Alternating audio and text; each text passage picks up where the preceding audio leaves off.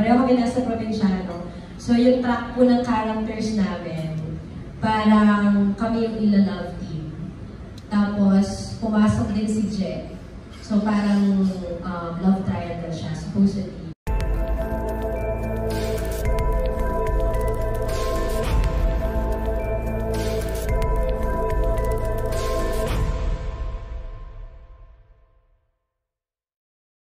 How did you feel, respectively, when this project was offered to you na kayong dalawa for the first time in film on the big screen?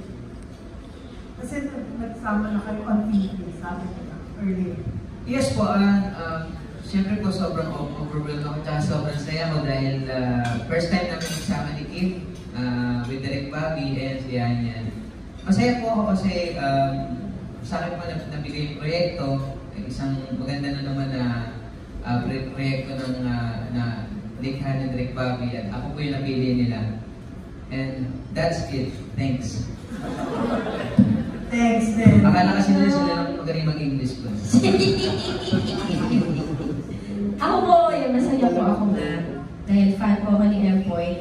At saka dagdag ko lang po yung tama yung sinabi niya na supposedly, ang nangyari po kasi niyan, pareho po kami nasa probinsyano, no? Doon na lang, ikwento ko lang. Pareho kami nasa probinsyano. So, yung track po ng characters namin, parang kami yung ila-love team. Tapos, pumasok din si Jet.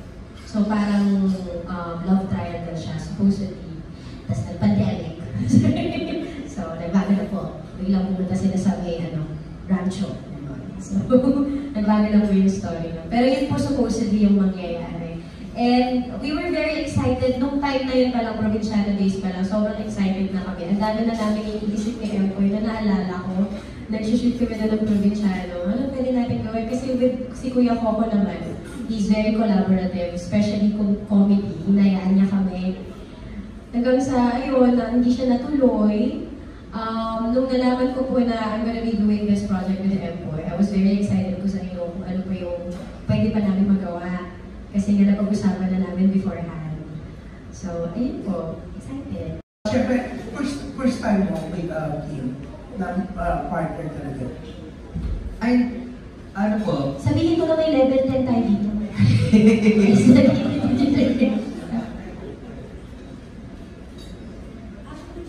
Yes, sa probinsyano dati nagsama na kami. Magka-partner din kami po.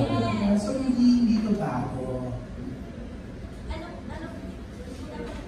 Pero sa movie, first movie. First movie? Yeah. Yes po, yeah. Have to realize na malakas yung chemistry ninyo sa screen. Kasi watching the trailer pa lang, parang andun agad yung chemistry yung dalawa. Ay, salamat po. Oo. Thank you po. Naramdaman niyo yung goldfish.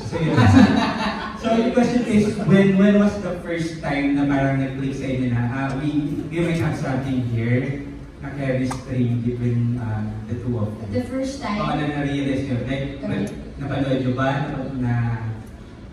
Ako po personally, nung first time po kami nag-work, yung sa yeah. Kasi po sa Twitter, yung mga tao, nakakakilig sila mag-work. Siguro kasi parang yung nakakatawa kasi kami pareho. Tapos parang ang interesting na, ano kayong mangyayari dito sa dalawang ito?